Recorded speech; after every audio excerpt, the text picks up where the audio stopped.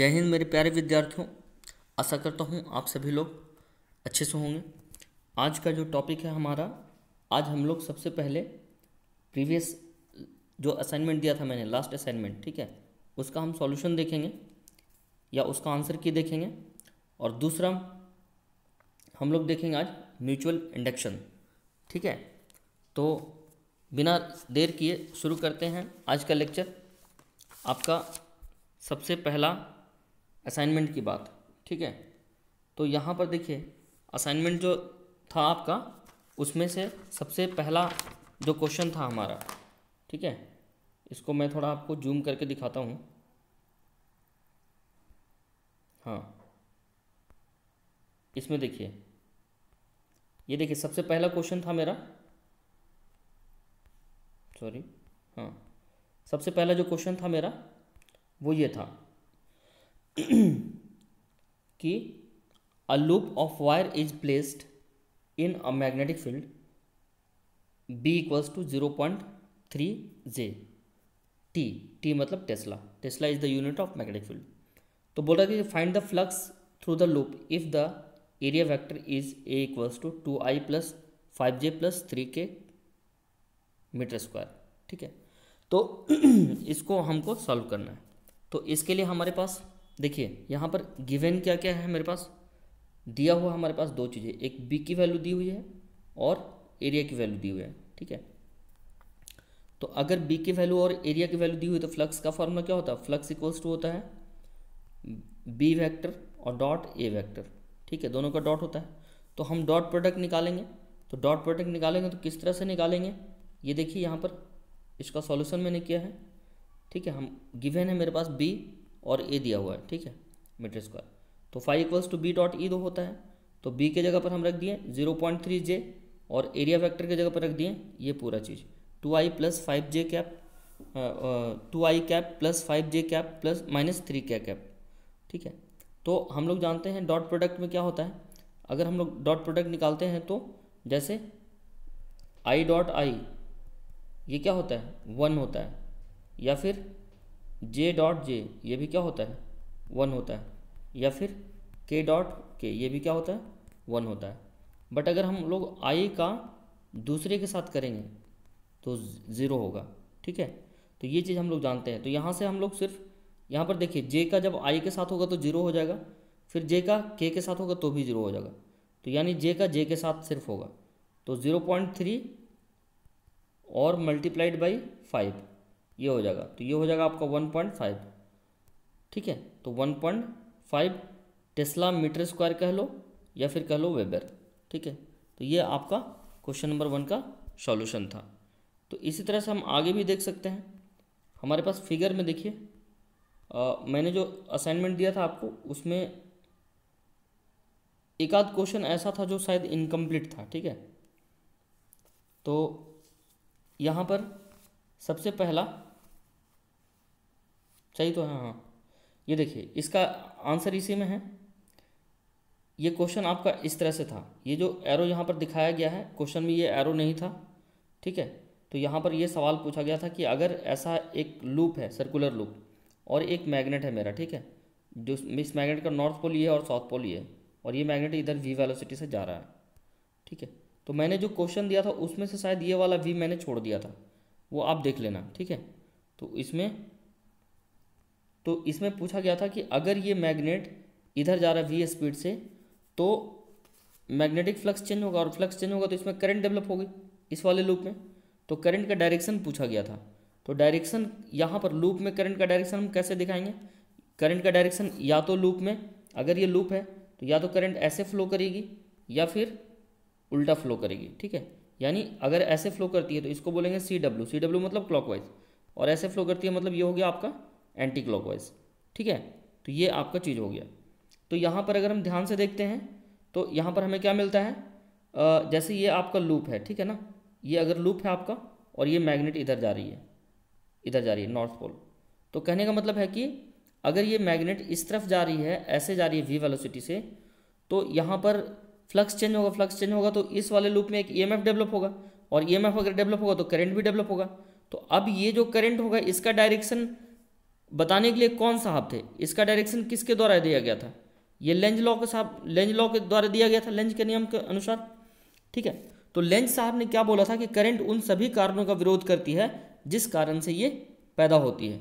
ठीक है, तो अकॉर्डिंग टू लेंज अगर सोचेंगे तो अगर ये मैग्नेट इधर जा रही है तो इसमें जो करंट डेवलप होगा तो उस करंट का नेचर क्या होगा, वो ये जो करंट होगा उस करंट का ये नेचर होगा कि ये मैग्नेट इधर ना जाकर इसको वापस भेजना चाहेगा।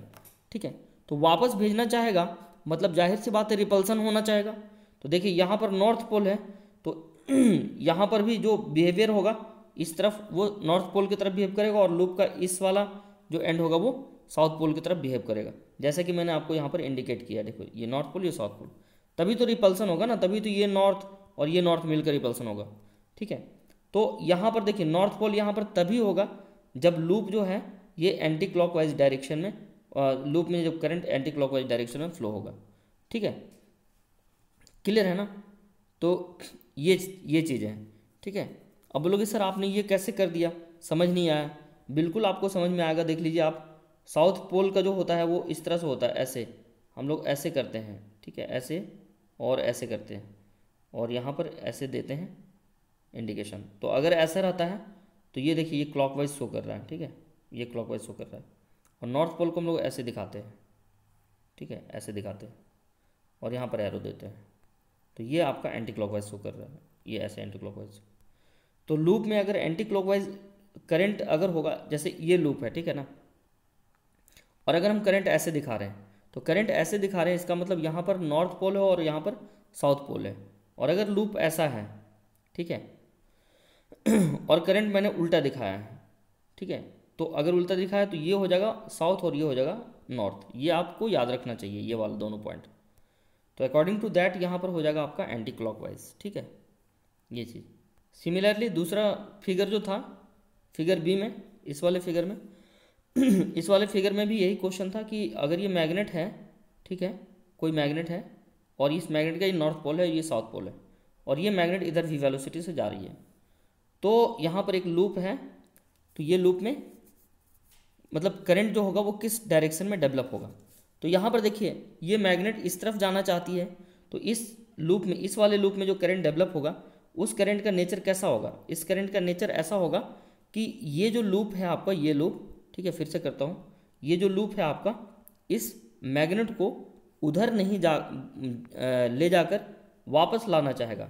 ठीक है, तो वापस लाने के लिए क्या होना चाहिए, यहाँ पर इस वाले एंड पर क्या है, मैग्नेट का नॉर्थ पोल है और ये मैग्नेट उधर जा रही है, तो ये नॉर्थ वापस कब आएगा, जब इसके आसपास कोई साउथ पोल होगा, तभी तो ये अट्रैक्शन होगा ना।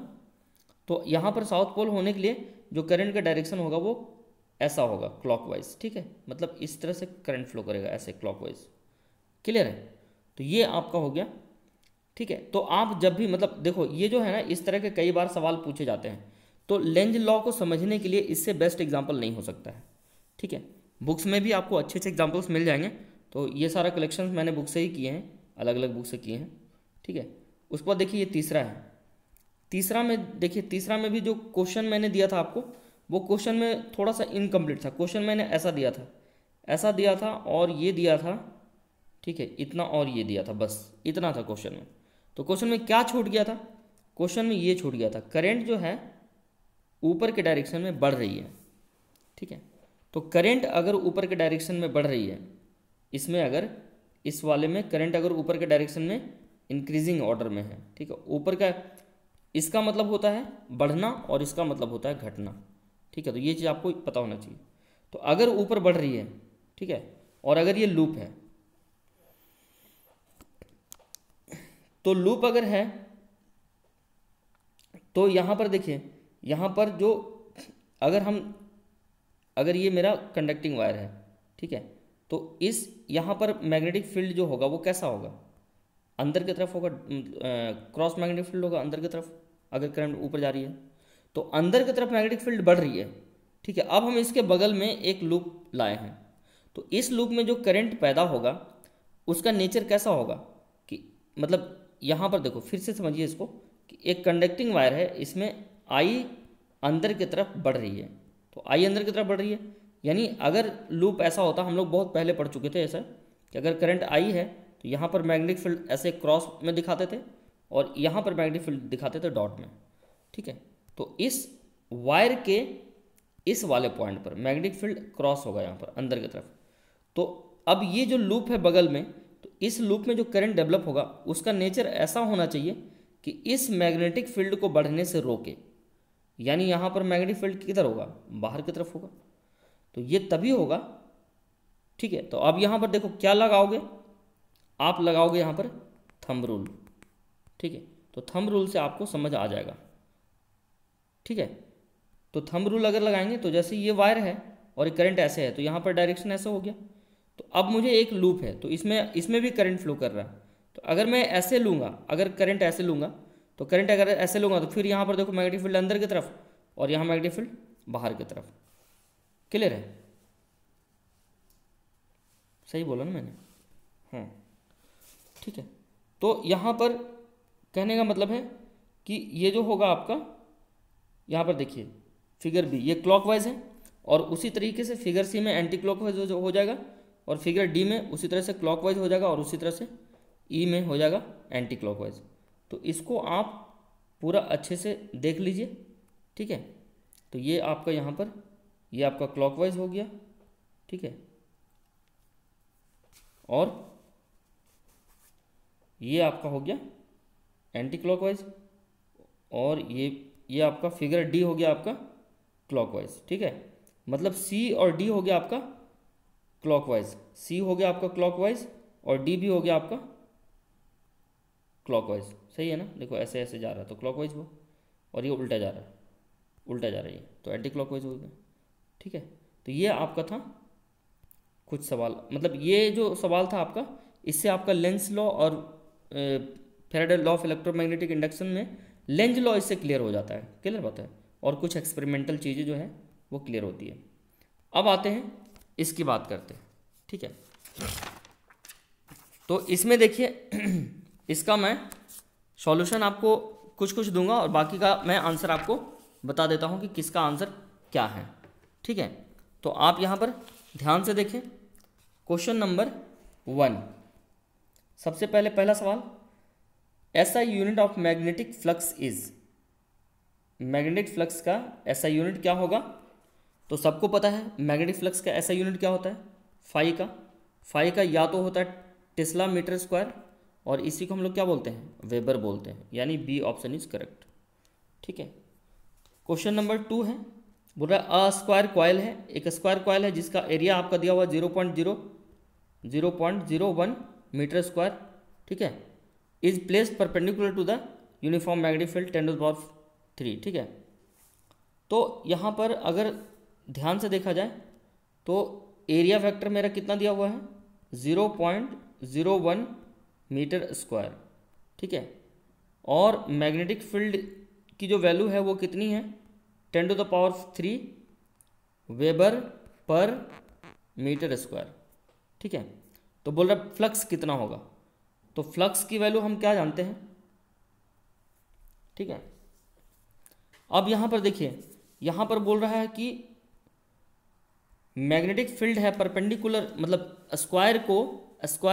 कॉइल के स्क्वायर को, ठीक है, आप ऐसे समझ लो कि ये आपका मैग्नेटिक फील्ड है, ठीक है, और इसके परपेंडिकुलर स्क्वायर कॉइल को इस तरह से रखा है, ठीक है। तो इस कॉइल का एरिया वेक्टर या तो इधर होगा और या तो इधर होगा, ठीक है। तो यहाँ पर देखो, यहाँ पर आप थोड़ा सा कंफ्यूज करोगे, कंफ्यूज स्टूडेंट ये कर जाता है कि यहाँ पर थीटा ले लेते हैं लोग 90 डिग्री, ये गलती से भी मत करना, थीटा यहाँ पर 90 डिग्री नहीं होगा, ठीक है, क्योंकि जैसे देखो मान लीजिए मैग्नेटिक फील्ड अंदर की तरफ ऐसे मैग्नेटिक फील्ड है ऐसे, ठीक है, और तो ये मैग्नेटिक फील्ड हो गया हॉरिजॉन्टल डायरेक्शन में, और हम इसके परपेंडिकुलर लूप को रख रहे हैं। तो इसके परपेंडिकुलर अगर लूप को रखेंगे तो कैसे रखेंगे, लूप को इस तरह से रख देंगे, ठीक है। तो ये हो गया लूप परपेंडिकुलर। तो बट यहाँ पर ये लूप मैग्नेटिक फील्ड जो है उसके परपेंडिकुलर लूप को रखा गया, बट मैग्नेटिक फील्ड और इस लूप का एरिया इधर हो जाएगा। तो मुझे जो एंगल लेना है phi equals to B A cos theta, ठीक है। तो ये जो कॉस थीटा हम लेंगे, थीटा क्या, theta is the angle between b and a. तो यहाँ पर आपको ध्यान देने वाली बात यह है कि लूप का रखना, और लूप का एरिया का होना दोनों अलग अलग बात है, ठीक है। तो यहाँ पर जो थीटा होगा आपका 0 डिग्री हो जाएगा। तो फाइनली फॉर्मूला क्या निकालोगे, बी ए कॉस 0 डिग्री, तो कॉस 0 1 होता है, तो बी इंटू ए हो जाएगा। तो बी की मतलब एरिया की वैल्यू कितना है 0.01 और बी का वैल्यू कितना था 10⁻3। तो इसको सॉल्व करेंगे तो कितना आ जाएगा, यहाँ पर 10 का स्क्वायर हो जाएगा, ये देखो स्क्वायर का स्क्वायर कट जाएगा तो कितना बचेगा 10 वेबर बच जाएगा। यानी इसका जो 2 का जो आंसर होगा वो 1 होगा, ठीक है। तो सिमिलरली अब देखिए कुछ जो है आपका Faraday law and Lenz law पे आधारित कुछ क्वेश्चन दिए गए हैं। सबसे पहला क्वेश्चन नंबर 3 देखिए। Question number 3, according to Faraday laws electromagnetic induction, है ना ये आपका। तो पहला ऑप्शन क्या है, the direction of the current is such that it opposes itself, ठीक है। तो वो इटसेल्फ को तो अपोज नहीं करता है, उन कारणों, तो ये उन कारणों को अपोज करता है, all the causes due to which it creates, है ना। तो ये ऑप्शन 1 जो है आपका गलत हो गया। ऑप्शन 2 क्या है, the induced EMF of the coil is proportional to the rate of change of the magnetic flux associated with it, ठीक है। यानी इंड्यूस्ड जो ईएमएफ होगा ये डायरेक्टली प्रोपोर्शनल होगा d∅dt, rate of change of magnetic flux, यानी option B सही लग रहा है। तो ए गलत हो गया, बी आपका सही हो गया, ठीक है। तीसरा ऑप्शन क्या, the direction of the induced EMF is such that it opposes itself, ये इटसेल्फ को अपोज नहीं करता है, ठीक है।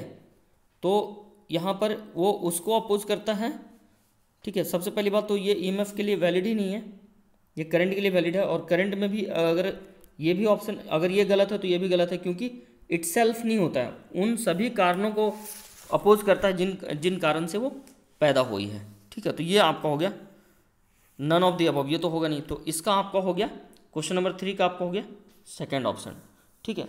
Now the question number 4, question number 4 बोल रहा है कि a coil having an area 2 metre square placed in a magnetic field which changes from, ठीक है। अब यहाँ पर देखिए, तो यहाँ पर हम लोगों ने यहाँ पर क्या बोला था, ईएमएफ इंड्यूस्ड, तो ईएमएफ इंड्यूस्ड, तो ईएमएफ के लिए फॉर्मूला क्या था मेरे पास, माइनस ऑफ या कह लो कि d∅dt, minus of n into d∅dt ये था।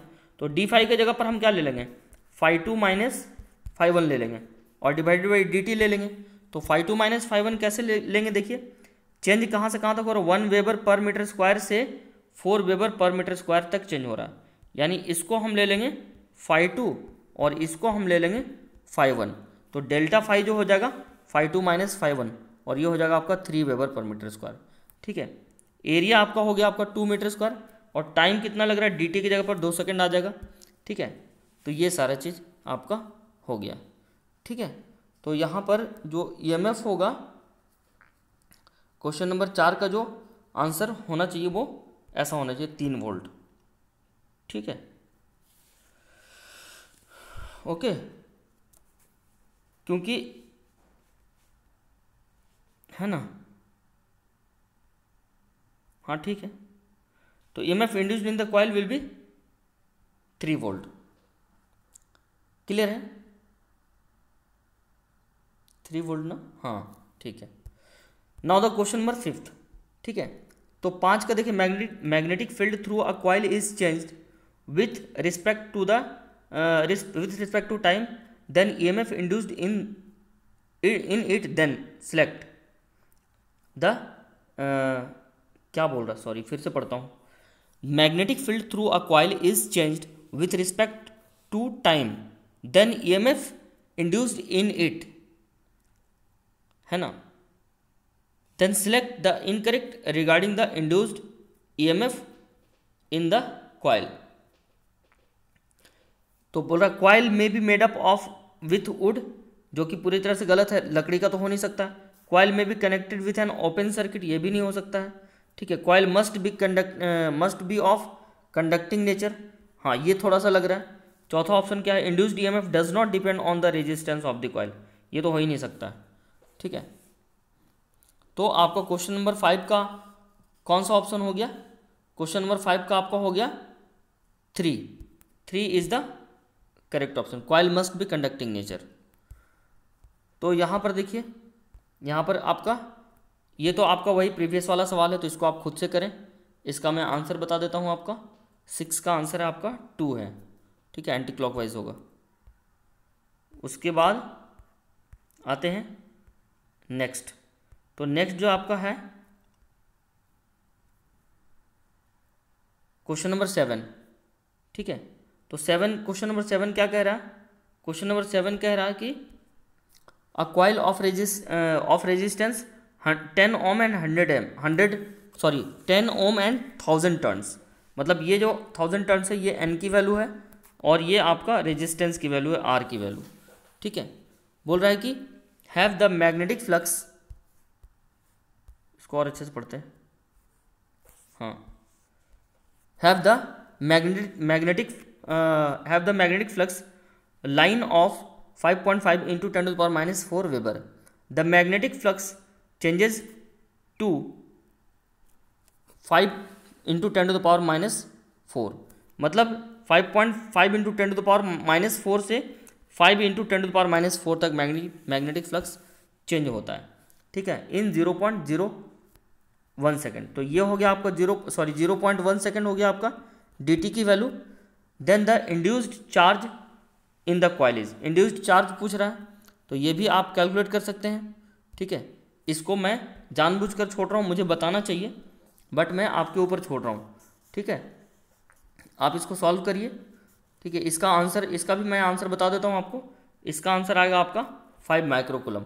अगर आपसे सॉल्व नहीं होता तो कमेंट बॉक्स में मुझे लिख के बताइए या मेरा व्हाट्सएप नंबर 7870184583 पर व्हाट्सएप करिए, इसका सॉल्यूशन मैं आपको सेंड करूँगा। ओके नाउ तो नेक्स्ट है, तो इसी तरह से आपका क्वेश्चन नंबर 8 है। 1 coil of resistance 40 ohm is connected to a galvanometer, ठीक है, of 160 ohm resistance. The coil has radius of 6 millimetre, ठीक है। इसको फिर से पढ़ते हैं थोड़ा, इस वाले क्वेश्चन को।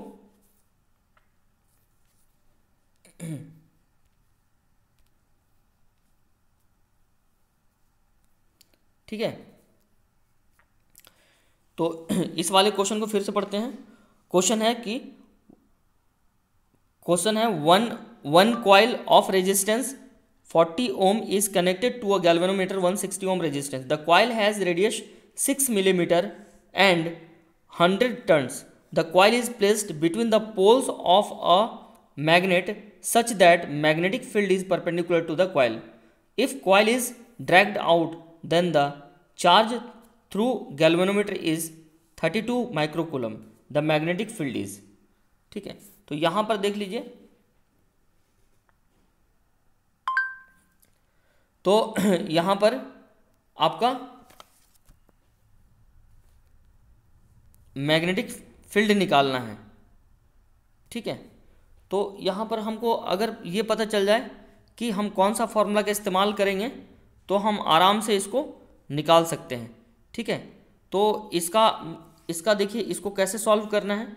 यहाँ पर सबसे पहले तो आपको ये समझना होगा कि जो इंड्यूस्ड ईएमएफ होता है ई, उसका फॉर्मूला होता है आपका d∅dt, ठीक है। तो d∅dt उसका फॉर्मूला होता है, क्लियर है। तो अगर इसका फॉर्मूला d∅dt होता है तो इससे हमको क्या फ़ायदा होगा? फ़ायदा होगा, बिल्कुल फ़ायदा होगा। ई के जगह पर हम क्या रख सकते हैं? आई इंटू आर रख सकते हैं, ठीक है। आई इंटू आर रख देंगे तो ये आपका हो जाएगा आपका आई इंटू आर, ऐसा हम लिख सकते हैं। ईएमएफ के जगह पर आई इंटू आर रख दिए and this is equals to d∅, phi के जगह पर b इंटू ए रख सकते हैं और डिवाइडेड बाई dt, ठीक है, क्योंकि फ्लक्स की वैल्यू उतनी होती है। तो यहाँ से आपको, ठीक है, अब देखिए ये r को आप रिप्लेस करके इधर ले आइए, तो इस r को इधर ले आएंगे, ठीक है। तो यहाँ पर जो यहाँ पर ये r खत्म हो गया, ये r आपको उस तरफ आ गया। अब ये जो i है मेरा, इसको भी हम चेंज कर सकते हैं। i को हम क्या लिख सकते हैं? i को लिख सकते हैं dq/dt, ठीक है। तो यहाँ से dq/dt, तो dq बराबर, ये देखिए dt और dt कैंसिल हो जाएगा, तो मेरे पास डायरेक्ट dq बराबर निकल जाएगा, ठीक है। तो इस तरह से जब आप सॉल्व करेंगे, है ना, तो यहाँ पे जब इसको सॉल्व करेंगे तो डी क्यू का वैल्यू आपका आएगा 32, डी क्यू का वैल्यू आएगा आपका 32 इंटू 10⁻⁻⁶ कूलम, इतना आएगा आपका डी क्यू का वैल्यू। ठीक है, बट सवाल ये है कि मुझे चार्ज निकालने के लिए तो पूछा ही नहीं, मुझे तो पूछा था मैग्नेटिक फील्ड कितना होगा, उसके बारे में पूछा गया है। ठीक है, तो चार्ज निकाल लिए, चार्ज निकालने के बाद रेडियस मुझे पता है 40 ओम है, तो 40 प्लस 160 ओम हो जाएगा। ठीक है, 40 प्लस 160 ओम, तो 160 ओम मतलब और 40, ये दोनों मिलकर यहाँ पर 160 होगा, ये दोनों मिलकर कितना हो जाएगा 200 ओम हो जाएगा। और 200 ओम और नंबर ऑफ टर्न्स मेरे पास दिया हुआ है n इक्वल्स टू कितना है, n इक्वल्स टू दिया हुआ आपका 100 टर्न्स। ठीक है, ये गिवन है ये सब। तो हम जो फाइनली फार्मूला लगाएंगे dB के लिए, तो dB हमारे पास यहाँ से डायरेक्ट निकल जाएगा। ठीक है, तो dB यहाँ से कितना हो जाएगा,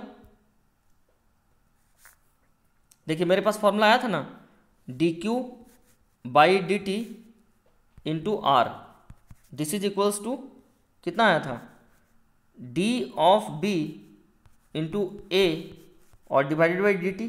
तो ये dt और dt कैंसिल हो गया था, तो यहाँ से dq इंटू R, ठीक है, dq into R, this is equals to d of B into A, ऐसा कुछ आया था। तो यहाँ पर देखिए यही निकालना है मुझे, dB निकालना है, तो dB की जो फॉर्मूला होगी फाइनली क्या हो जाएगी, dq इंटू R, ये तो पहले से था, और A आ जाएगा नीचे। ठीक है, तो यहाँ से देखिए हम R पता है, dq हम निकाल चुके हैं। ठीक है, R पता है, dq निकाल चुके हैं, और A जो है एरिया आपका ये है। क्लियर है ना। तो इस तरह से आपका जब सॉल्व करोगे सारा वैल्यू पुट करके, तो आपका जो आंसर आएगा क्वेश्चन नंबर 8 का, ये आपका 0.566 टेस्ला आएगा। आप इसको इम्प्लीमेंट करिए, आपका आंसर आना चाहिए। बहुत अच्छा सवाल है ये, एग्जाम में कई बार पूछा जाता है। ठीक है, लॉन्ग क्वेश्चन में पूछ सकता है ये। तो इसी तरह से क्वेश्चन नंबर 9 है आपका, a short bar magnet passes at steady speed right through a long solenoid, a galvanometer is connected across the solenoid, which graph best represent the variation of the galvanometer detection variation of the galvanometer deflection theta with time. ठीक है, तो दोनों में से मतलब यहाँ पर ये बोल रहा है कि एक सोलेनाइड लिया गया। ठीक है, a short bar magnet passes at a steady speed. ठीक है, एक बार मैग्नेट है, इसको यहाँ से ऐसे देखिए पास करवा रहा है, जैसा कि फिगर में इंडिकेट किया गया, दिखलाया गया। अब बोल रहा है कि एक गैल्वेनोमीटर यहाँ पर कनेक्ट कर दिया गया, तो जब ये बार मैग्नेट इधर मूव करेगा तो ये गैल्वेनोमीटर का डिफ्लेक्शन है ना, अ galvanometer is connected across the solenoid, which graph best represents the variation of galvanometer deflection theta with time. तो बोल रहा है कि थीटा का गैल्वेनोमीटर का डिफ्लेक्शन, या तो गैल्वेनोमीटर जो है इस तरफ डिफ्लेक्ट करेगा या तो इस तरफ डिफ्लेक्ट करेगा। तो यहाँ पर जो थीटा कितने एंगल से डिफ्लेक्ट करेगा, ये थीटा और ये वर्सेस टाइम। ठीक है, तो ये थीटा और टाइम का सबसे बेस्ट रिलेशन कौन सा होगा, तो ये आपका क्वेश्चन नंबर 9 है। ठीक है, तो देखिए यहाँ पर कर्व 1 के बारे में सोचते हैं। कर्व 1 में देखिए क्या दिया, थीटा और टी का जो रिलेशन दिया है, मतलब इसका कहने का मतलब ये है कि शुरू में जब जैसे जैसे थीटा बढ़ेगा उस तरह से टाइम भी बढ़ेगा, फिर टाइम तो बढ़ेगा लेकिन थीटा क्या होगा, डिक्रीज होगा। ठीक है, और फिर मतलब होगा क्या शुरू में, जब ये मैग्नेट जैसे एंटर करना शुरू किया होगा तो उसमें गैल्वेनोमीटर का डिफ्लेक्शन ज़्यादा शो हुआ होगा इनिशियली, फिर टाइम बढ़ रहा बट डिफ्लेक्शन क्या हो गया, घट गया। फिर घटते घटते एक समय ऐसा आएगा कि गैल्वेनोमीटर में मतलब कि नेगेटिव डिफ्लेक्शन शो करेगा। ठीक है, क्योंकि जब ये एंटर करेगा तो एंटर करने के लिए अगर पॉजिटिव डिफ्लेक्शन है तो बाहर निकलने के लिए क्या होगा, नेगेटिव डिफ्लेक्शन होगा। ठीक है, तो यहाँ पर देखिए सी ऑप्शन तो डायरेक्ट खत्म हो गया, क्योंकि इसमें सिर्फ पॉजिटिव ग्राफ दिखाया है, नेगेटिव ग्राफ दिखाया नहीं है, और ये भी खत्म हो गया। ठीक है, तो कन्फ्यूज़न सिर्फ इसमें है और इसमें है। ठीक है, तो अब देखिए बी ऑप्शन, अब आपको समझ में आया ना कि सी ये और डी क्यों खत्म हो गया। क्यों? क्योंकि देखिए अगर जैसे ही ये डिफ्लेक्शन जैसे ही इधर आएगा तो ये ग्राफ जब इधर आएगा तो जो गैल्वेनोमीटर का निडल है, सॉरी ये मैग्नेट जब अंदर जाएगा तो इन करने के लिए इसका निडल राइट हैंड साइड में डिफ्लेक्ट करेगा, और जब ये बाहर निकलेगा तो इसका जो निडल है गैल्वेनोमीटर का वो लेफ्ट हैंड साइड में डिफ्लेक्ट करेगा। ठीक है, तो इन करने के लिए राइट हैंड साइड है और है ना, तो राइट हैंड साइड में मतलब थीटा क्या है, पॉजिटिव है, और लेफ्ट हैंड साइड मतलब थीटा क्या है, ये नेगेटिव शो करेगा। ठीक है ना, हाँ ठीक है, तो मतलब पॉजिटिव और नेगेटिव दोनों होना चाहिए। तो ये और ये क्यों कैंसिल हो गया, क्योंकि यहाँ पर देखिए यहाँ पर सिर्फ थीटा दिया पॉजिटिव, तो पूरे जब ये ऐसे जाएगा तो फिर पूरा ऐसा नहीं होगा कि ऑलवेज सिर्फ पॉजिटिव ही होगा, नेगेटिव भी होगा। तो पॉजिटिव नेगेटिव दोनों जो है इस कर्व में भी है और इस कर्व में भी है, तो ये कर्व नहीं होगा। क्यों नहीं होगा? क्योंकि इसमें देखो कर्व स्मूथ नहीं है। ये देखिए यहाँ पर बी कांस्टेंट दिया गया है यहाँ से यहाँ तक, मतलब टाइम बढ़ा और मैग्नेटिक फील्ड को कांस्टेंट दिखाया गया। ऐसा नहीं हो सकता है, क्योंकि जैसे मैग्नेट मोशन करेगा तो टाइम के साथ जो है मैग्नेटिक फील्ड वेरी करेगा। ठीक है, उसको हम लोग टाइम वेरिंग मैग्नेटिक फील्ड भी बोलते हैं। क्लियर है? तो इस तरह से आपका ये आपका सवाल नंबर 9 था, यानी क्वेश्चन नंबर 9 का कौन सा ऑप्शन सही है? Option 1 is correct. ठीक है, अब आते हैं क्वेश्चन नंबर 10। तो क्वेश्चन नंबर 10 क्या कह रहा है कि a square loop of side 22 centimetre changed a circle in 0.4 second, the magnetic field present is 0.2 Tesla, the EMF induced. तो इसको भी निकाल सकते हैं हम लोग। ठीक है, स्क्वायर लूप लिया है, साइड दिया हुआ है 22 सेंटीमीटर साइड दिया हुआ है, तो 22 सेंटीमीटर को कितना लिख सकते हैं? 0.22 मीटर लिख सकते हैं। ठीक है, इतना मीटर हो गया। और अगर एरिया निकालना है कॉइल का तो area equals to side square होता है, तो ए स्क्वायर से एरिया निकल जाएगा। ठीक है, तो पूरी तरह से यहाँ पर देखो इससे हमारा एरिया निकल जाएगा। ये आपका टाइम दिया हुआ है और ये आपका बी दिया हुआ है, और मुझे पूछा जा रहा है EMF। तो EMF की वैल्यू कितनी होती है? EMF होता है d∅dt। तो d∅ कैसे निकलेगा? d∅ अगर हमको निकालना है तो d ऑफ b इंटू ए निकाल लेंगे। तो b पता है यहाँ से 0.2 टेस्ला, a यहाँ से निकाल लेंगे। ठीक है, तो फाइनली जो EMF होगा वो आपका d∅dt होगा, और d∅dt मतलब d ऑफ b a और डिवाइडेड बाई dt। तो इस तरह से हमारा ये निकल जाएगा। क्लियर है?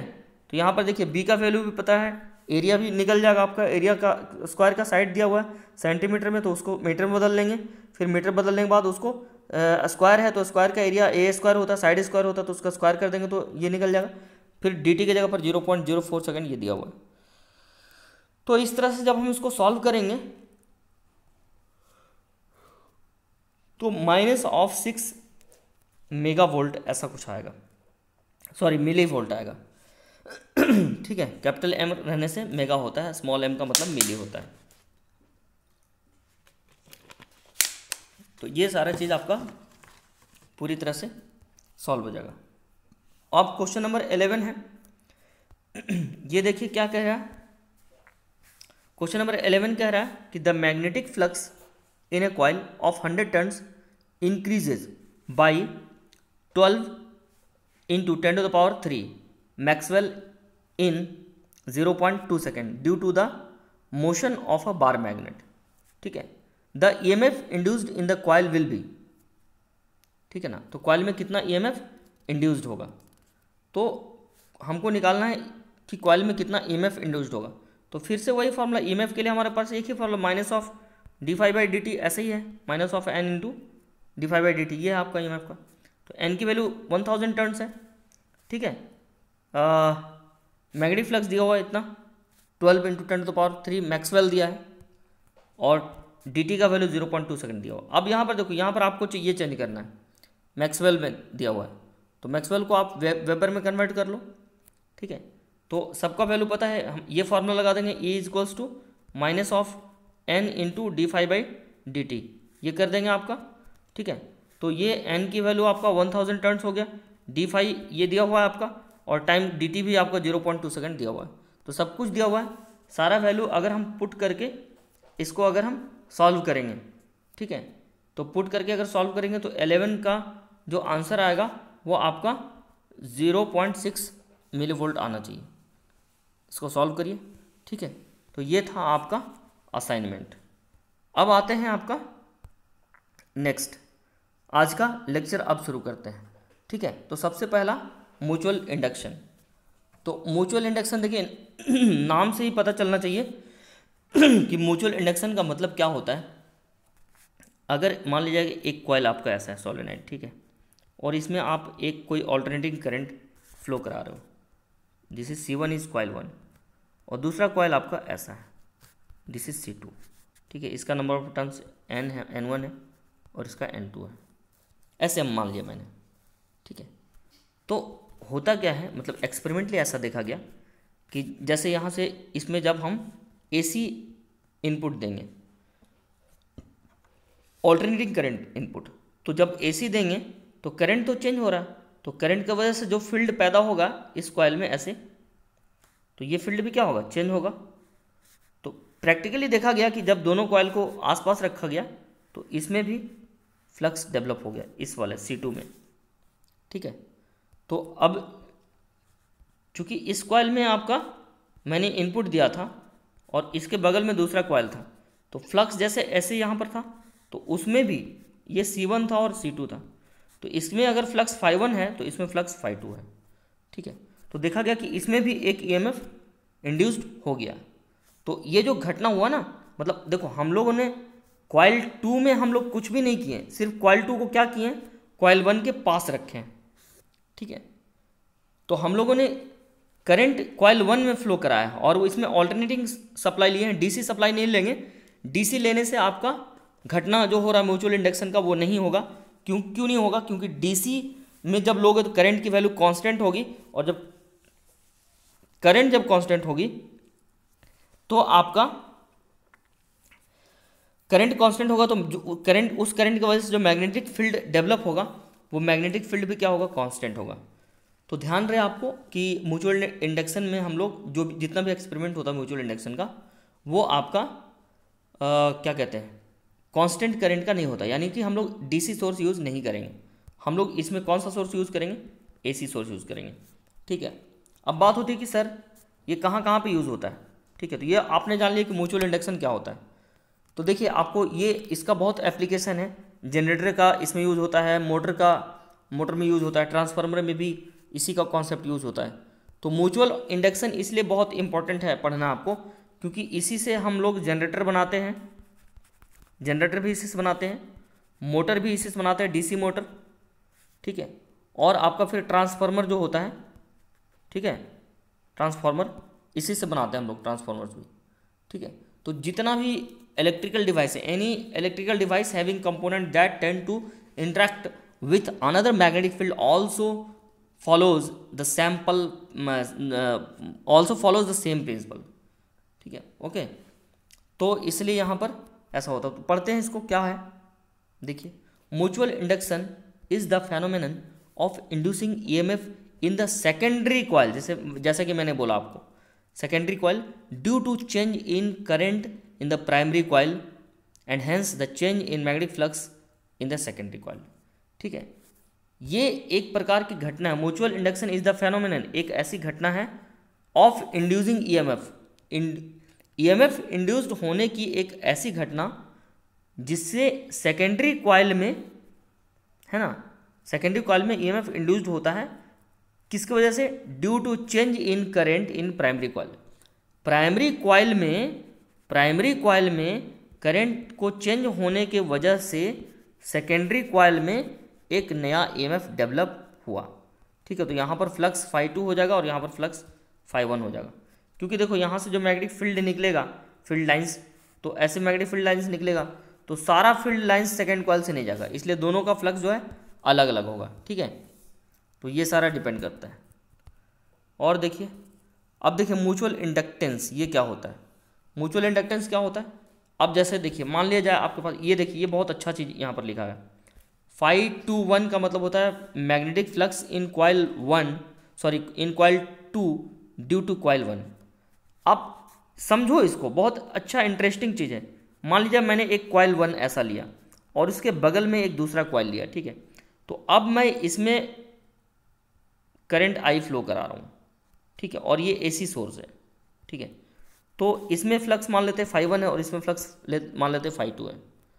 तो यहाँ पर φ21 इसका मतलब क्या है? इसका मतलब है मैग्नेटिक फ्लक्स इन कॉइल 2, मतलब कॉइल 2 में magnetic flux in coil 2 due to coil 1।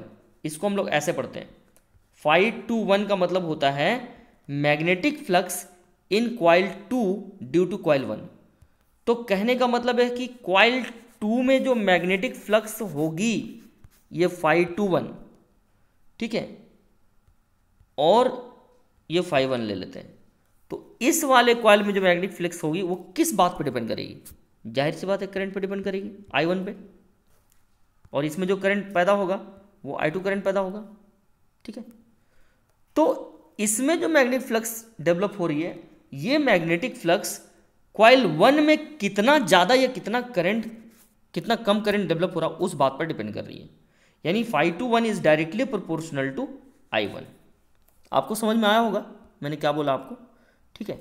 तो यहाँ पर देखिए, जैसे ही ये हमारे पास क्या है, φ21 यानी magnetic flux in coil 2 due to coil 1 is directly proportional to current in the coil 1। Current 1 में जितना ज़्यादा या कम कॉइल करंट फ्लो कराओगे कॉइल 1 में, उसी बात पर डिपेंड करेगा आपका मैग्नेटिक फ्लक्स, ठीक है।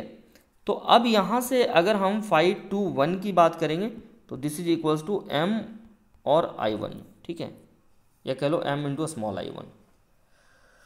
तो क्योंकि ये प्रोपोर्शनल साइन हटा है तो एक आपका कांस्टेंट तो आएगा ही, ठीक है। So if I1 equals to 1 then m equals to 5। तो अगर I1 की वैल्यू अगर 1 कर दी जाए, मतलब 1 एम्पियर, 1 का मतलब 1 एम्पियर, ठीक है, तो m की वैल्यू 5 हो जाएगी। अब यहाँ पर देखिए, यहाँ पर m क्या है? m is the constant of proportionality and is known as mutual inductance और कोएफिशिएंट ऑफ म्यूचुअल इंडक्शन, ठीक है। तो या तो हम बोलेंगे इसको कोएफिशिएंट ऑफ म्यूचुअल इंडक्शन या फिर बोलेंगे सिंपली म्यूचुअल इंडक्टेंस। आई बात समझिए? तो ये सारा चीज़ है, तो ये आपको समझना चाहिए, ये एक प्रैक्टिकल चीज़ है। ये जो चीज़ है यही आपका आगे डेरिवेशन में काम देगा, जब हम लोग कोएक्सियल कॉइल का देखेंगे, अभी निकालेंगे थोड़ी देर, ठीक है।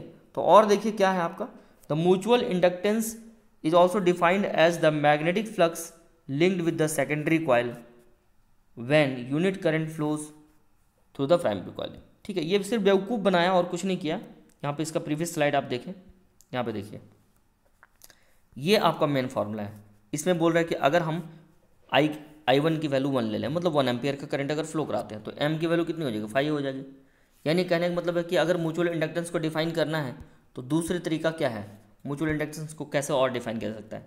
This mutual inductance is defined as the magnetic flux linked with the secondary coil when unit current, unit मतलब 1 ampere, unit current flows through the primary coil. आई बात समझो?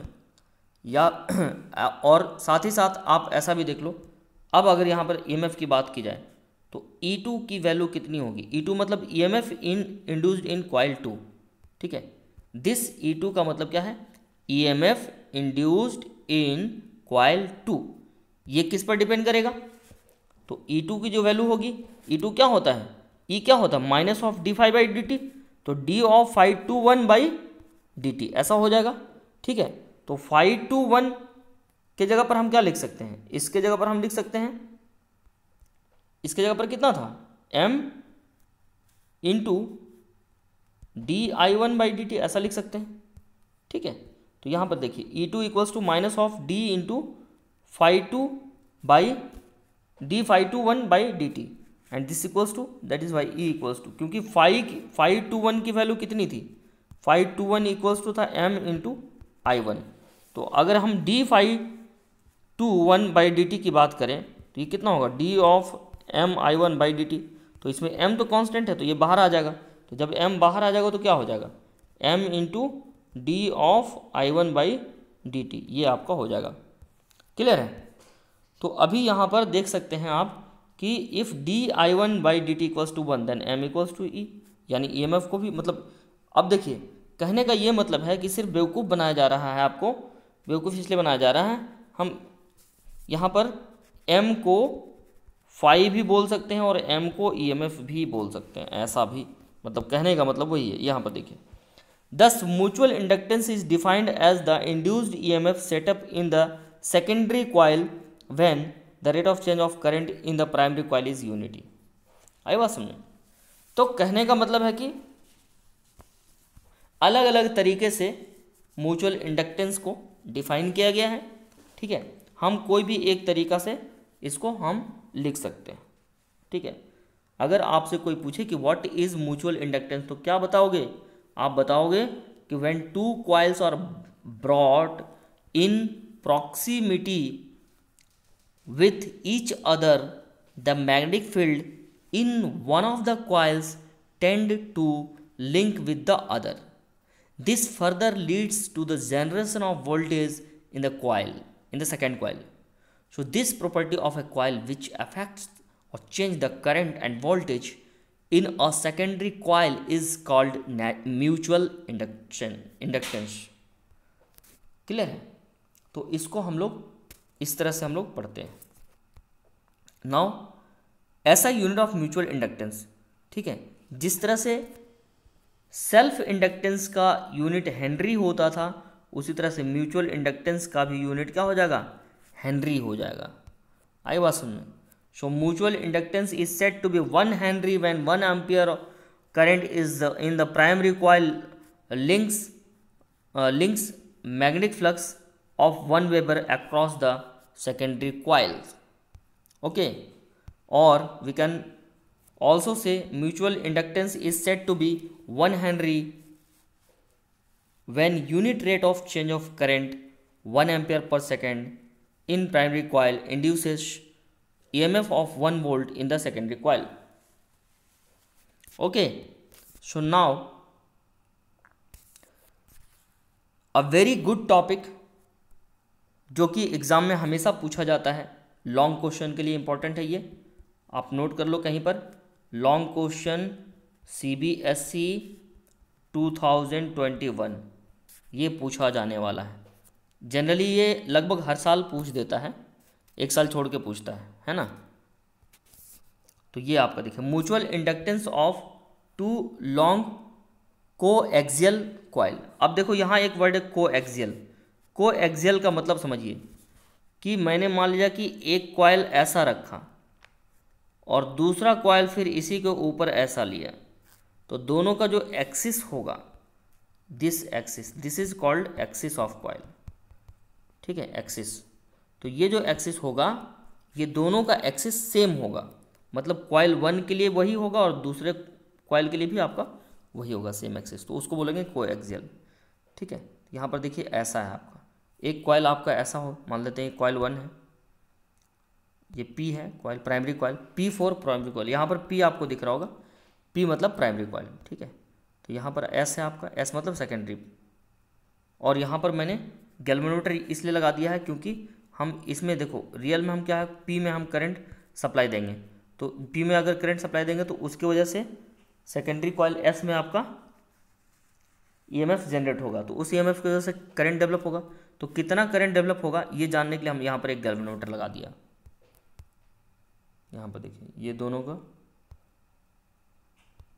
ऐसा, कॉइल का एरिया A है, यहाँ पर देख सकते हैं कॉइल 1 में I1 करंट फ्लो हो रहा है, ठीक है. तो ये देखिए, अब हम देखते हैं कि जो मैग्नेटिक फील्ड होगा due to primary solenoid in B1, ठीक है, तो is B1 sorry, magnetic field due to primary solenoid, primary solenoid के वजह से, मतलब ब्लू वाला जो है यहाँ पर P, तो उसके वजह से जो मैग्नेटिक फील्ड होगा B1 वो क्या होगा, B की वैल्यू क्या होती है, म्यू नॉट NI होती है, तो म्यू नॉट इंटू N1 मतलब प्राइमरी कॉइल का नंबर ऑफ टर्न्स, और इंटू I1 यानी करंट, है ना, ये हो जाएगा आपका. ये तो हम लोग पहले से पढ़ चुके हैं. अब देखिए और क्या है, तो magnetic flux linked across 1 turn to the solenoid. तो मैग्नेटिक फ्लक्स जो होगा 5 to 1 मतलब कि एक टर्न के वजह से कॉइल 2 में कॉइल 1 के वजह से मैग्नेटिक फ्लक्स की वैल्यू कितनी होगी, that is called 5 to 1। 5 to 1 मतलब पर टर्न बोला गया, पर टर्न मतलब हर एक प्रत्येक सर्कल के वजह से कितनी मैग्नेटिक फ्लक्स उसमें डेवलप होगी, ठीक है ना। तो this equals to B1 into A, मतलब B1 मतलब कॉइल 1 में जितना मैग्नेटिक फील्ड है और जितना उसका एरिया है कॉइल 1 का, तो this equals to μ0 into N1 into I1 into A, ठीक है। तो पर टर्न बोला गया तो μ0 इंटू, अब यहाँ पर देखिए इस वाले फॉर्मूला में, इस वाले फॉर्मूला में और इस वाले फॉर्मूला में यहाँ पर लिया गया था N1 इसमें, और इसमें ले गया कैपिटल N1/L। तो इसमें आप समझना एक्चुअल में जो कॉइल 1 था मेरा ऐसा, इसमें मान लेते हैं कि N1 टर्न्स था और इसके बीच की दूरी कितनी है, L है। तो मतलब L लेंथ में आपका टोटल नंबर ऑफ टर्न्स जो था वो N1 था, ठीक है। तो ये जो N1 है this is called number of turns per unit length and N1 is called, capital N1 is called total number of turns. तो आप देखो L लेंथ में टोटल टर्न कितना था, N1 था, तो यूनिट लेंथ में कितना होगा N1/L, आई बात समझना। और इसी को हम लोग बोलते हैं number of turns per unit length, यानी छोटा N1। ओके, तो मेरे ख्याल से कोई कन्फ्यूज़न नहीं होगा आपको, ये आपको समझना चाहिए। नेक्स्ट, तो जिस तरह से 5 to 1 निकालें उस तरह से निकालेंगे magnetic flux linked across n turns of the secondary solenoid, ठीक है। तो यहाँ पर हम लोग देख चुके हैं कि 5 to 1 की जो वैल्यू होगी, मैग्नेटिक फ्लक्स की जो वैल्यू होगी वो इतनी होगी μ0 into N1 into N2 into I1 into A divided by L, ठीक है। तो ये आपका निकल गया आपका वैल्यू, ठीक है। ये क्या निकला, magnetic flux linked across n turns of the secondary solenoid. तो सेकेंडरी सोलेनॉइड का ये आपका वैल्यू निकल गया, क्लियर है। तो यहाँ पर आपको कोई कन्फ्यूजन नहीं होना चाहिए, क्लियर है। तो यहाँ पर next, but 5 to 1 is equals to M21 into I1। 5 to 1 मतलब magnetic flux in coil 2 due to coil 1, this is equals to M21 और इंटू I1, ठीक है। Magnetic flux in coil 2 due to coil 1 is equals to mutual inductance in coil 2 due to coil 1 and into I1। ये तो हम लोग पढ़ ही चुके थे कि phi is directly proportional to I, तो therefore phi equals to MI। और अगर 2 की बात करेंगे तो यहाँ 2 आ जाएगा, और 2 1 की बात करेंगे तो यहाँ 2 1 आ जाएगा और यहाँ I1 आ जाएगा, ठीक है। क्योंकि 2 में जो डेवलप हो रहा है वो I1 की वजह से हो रहा है, आई बात समझो। तो ये चीज़ समझने वाली बात है। तो ये आपको अगर ध्यान से देखेंगे तो M21 की जो वैल्यू आ जाएगी वो यहाँ से इतना आ जाएगा, ठीक है। 5 to 1 equals to M21 into I1। तो यहाँ से 5 to 1 के जगह पर हम रख दिए इसको, इस वाले को रख दिए, तो इस वाले को रख के वैल्यू कैलकुलेट किए। तो देखिए ऊपर में जो I1 है और ये जो I1 है, कहने का मतलब है कि ऐसा हो जाएगा। यहाँ पर इस वाले को हम कैसा लिख सकते हैं, इस वाले को लिख सकते हैं 5 to 1 के जगह पर हम ये यहाँ से लिख देंगे μ0 into N1 into N2 into I1 into A और divided by L। So this is equals to M21 into I1। तो ये देखिए I1 को मार दिया, तो I1 को अगर मार दिया तो बचा क्या, बच गया मेरे पास इतना M21। तो M21 की जो वैल्यू हो जाएगी वो कितनी हो जाएगी, μ0 into N1 into N2 into I1 तो ख़त्म हो गया, ये A बच गया, तो A और डिवाइडेड बाई L बच गया, तो उसी चीज़ का वैल्यू यहाँ पर लिखा गया है। तो अब यहाँ पर देखिए, क्लियर है ना। तो यहाँ पर मेरे पास देखिए mu naught into N1 into N2 into A और डिवाइडेड बाई L है। तो अगर यहाँ पर एक और L से मल्टीप्लाई करेंगे तो ऊपर भी एक L से मल्टीप्लाई होगा। तो यहाँ पर देखिए N1 बाई L को, इसको हम लिख देंगे छोटा n1, और ये N2 बाई L को, इसको लिख देंगे छोटा n2। ठीक है, तो फाइनली जो इक्वेशन आएगा मेरा कितना आ जाएगा, म्यू नॉट था और N1 बाई L था और इंटू N2 बाई L था और इंटू A था और इंटू L था। ठीक है, तो इसके जगह पर हो जाएगा आपका this is equals to mu naught into N1 into N2 into A into L, यानी ये वाला चीज़ mu naught into N1 N2 into A into L। आई बात समझो। तो आप इसमें कंफ्यूज मत करना, ये जो है ना ये I1 है और ये जो है आपका L है, this is called L and this is called capital I1। Okay, so don't confuse. तो ये आपका आ गया फ्लक्स की वैल्यू, सॉरी M21 की वैल्यू। तो M21 जिस तरह से हम M21 निकाले हैं उसी तरह से हम M12 निकालेंगे और हम देखेंगे कि ये दोनों जो क्या होता है, बराबर होता है। Okay, so now you can see here that therefore for two long coaxial solenoid of same length and same cross sectional area the mutual inductance is same and leads to principle of reciprocity। तो वही मैं कह रहा था कि M21 बराबर M12 हो जाएगा। तो ये अगर देखा जाएगा तो रेसिप्रोसिटी का रूल को फॉलो करता है। ठीक है, तो ये आपका डायरेक्ट हो गया। ठीक है, यहाँ पर देखिए, यहाँ पर एक चीज़ आपको शॉर्टकट आपको ये मतलब मैंने कर दिया है आपको, क्योंकि इसके पहले वाला स्टेप जैसे मैंने बोला ना कि मैंने आपको M21 तो निकाल दिया लेकिन मैंने आपको M12 निकाल कर नहीं दिखाया है। ठीक है, तो आप इसको निकाल भी सकते हो और नहीं भी निकाल सकते हैं। आप सिंपली लिख सकते हैं कि सिमिलरली वी कैन कैलकुलेट, है ना, the value of M12 and which will be equal to M21। So this is called theory of reciprocity. ये रेसिप्रोसिटी का प्रिंसिपल को फॉलो करती है। ठीक है, अब देखिए यहाँ पर एडिशनल इंफॉर्मेशन कैसे मिलता है। ठीक है, तो एडिशनल इंफॉर्मेशन कैसे मिलेगा वो देखिए, सबसे पहला एडिशनल इंफॉर्मेशन जो है वो ये है कि if the two solenoids are wound on a magnetic core relative permeability mu r, then तो क्या होगा, m की जो वैल्यू होगी mu naught into mu r into N1 N2 A by L। ठीक है, अगर दो सोलेनाइड को किसी मैग्नेटिक कोर पे उंड किया जाए, मतलब लपेटा जाए, मतलब ऐसा ले लिया जाए मैग्नेटिक कोर और इस पर हम कॉइल को ऐसे लपेटेंगे।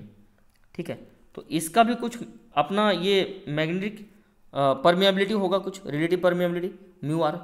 तो पहले मेरी जो फॉर्मूला था मेरे पास उसमें म्यू आर नहीं था, अब म्यू आर भी क्या हो जाएगा, आ जाएगा। ठीक है, तो अब जो आ जाएगा ऐसा हो जाएगा। ये आपका एडिशनल इन्फॉर्मेशन 1 था। दूसरा क्या है आपका, दूसरा जो इन्फॉर्मेशन जो हम कंक्लूड कर सकते हैं वो ये कर सकते हैं कि if the solenoid S1 and S2 have number of turns N1 and N2 of different radii R1 and R2। अगर हम लोग जैसे हम लोग ने जो फार्मूला निकाला है उसमें इस तरह का कॉइल जो हम लोग लिए हैं, इसमें इन दोनों कॉइल का एरिया जो है A है। तो एरिया A रहने का मतलब है कि दोनों का रेडियस R था तो पाई R स्क्वायर ले लिए। लेकिन अगर मान लिया जाए कि मैं छोटे वाले कॉइल का मतलब प्राइमरी कॉइल का रेडियस ले लूँ R1 और सेकेंडरी कॉइल को बड़ा ले लूँ, इसका रेडियस ले लूँ R2, तब क्या होगा, तब फार्मूला में क्या चेंज होगा, तो वहाँ पर जो हमारा A था फार्मूला में उसकी जगह पर पाई R1 स्क्वायर आएगा। याद रहना चाहिए आपको, क्लियर है। तो ये आपका आगे तीसरा जो एडिशनल इन्फॉर्मेशन वो ये है कि mutual inductance depends also on the relative placement of the solenoids. ठीक है, तो relative placement of this solenoid पे भी ये डिपेंड करता है। ठीक है, मतलब रिलेटिवली प्लेस कर दिए हैं सोलेनाइड को, तो उस पर भी ये डिपेंड करता है।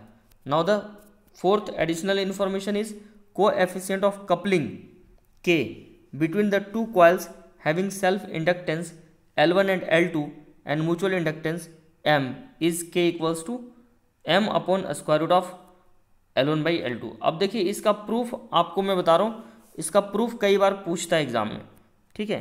तो इसको आप थोड़ा सा SL अरोरा बुक में आप देखो, ठीक है, या किसी भी टेक्स्ट बुक में आप देख लो, वो वहाँ से आपको मिल जाएगा। वैसे मैं कोशिश करूँगा कि म्यूचुअल इंडक्टेंस पे एक अलग ही, मतलब ये अलग ही, ऐसे कोई दिक्कत नहीं है, आप चाहोगे तो खुद से कर लोगे, ठीक है।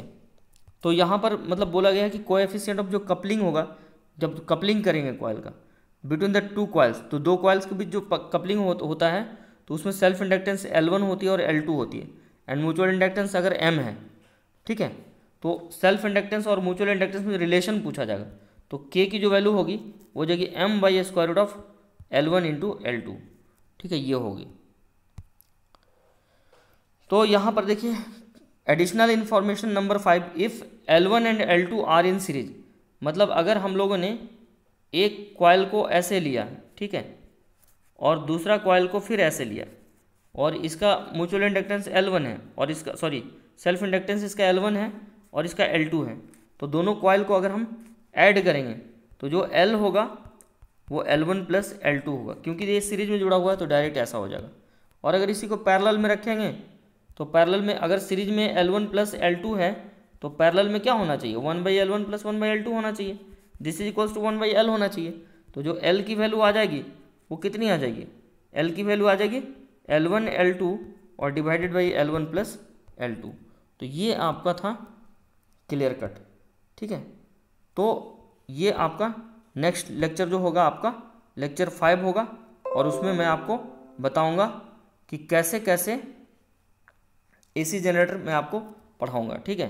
तो ये आज का लेक्चर था, पूरी तरह से फिनिश होता है। आशा करता हूँ आप सभी को आज का लेक्चर अच्छे से समझ में आया होगा। अगर किसी स्टूडेंट को कोई भी डाउट होता है तो आप व्हाट्सएप नंबर है मेरा 7870184583, उस पर व्हाट्सएप कर सकते हैं, या फिर आप कमेंट बॉक्स में कमेंट कर सकते हैं, ठीक है। तो इसी के साथ आज का लेक्चर समाप्त होता है। जय हिंद, जय भारत, थैंक यू।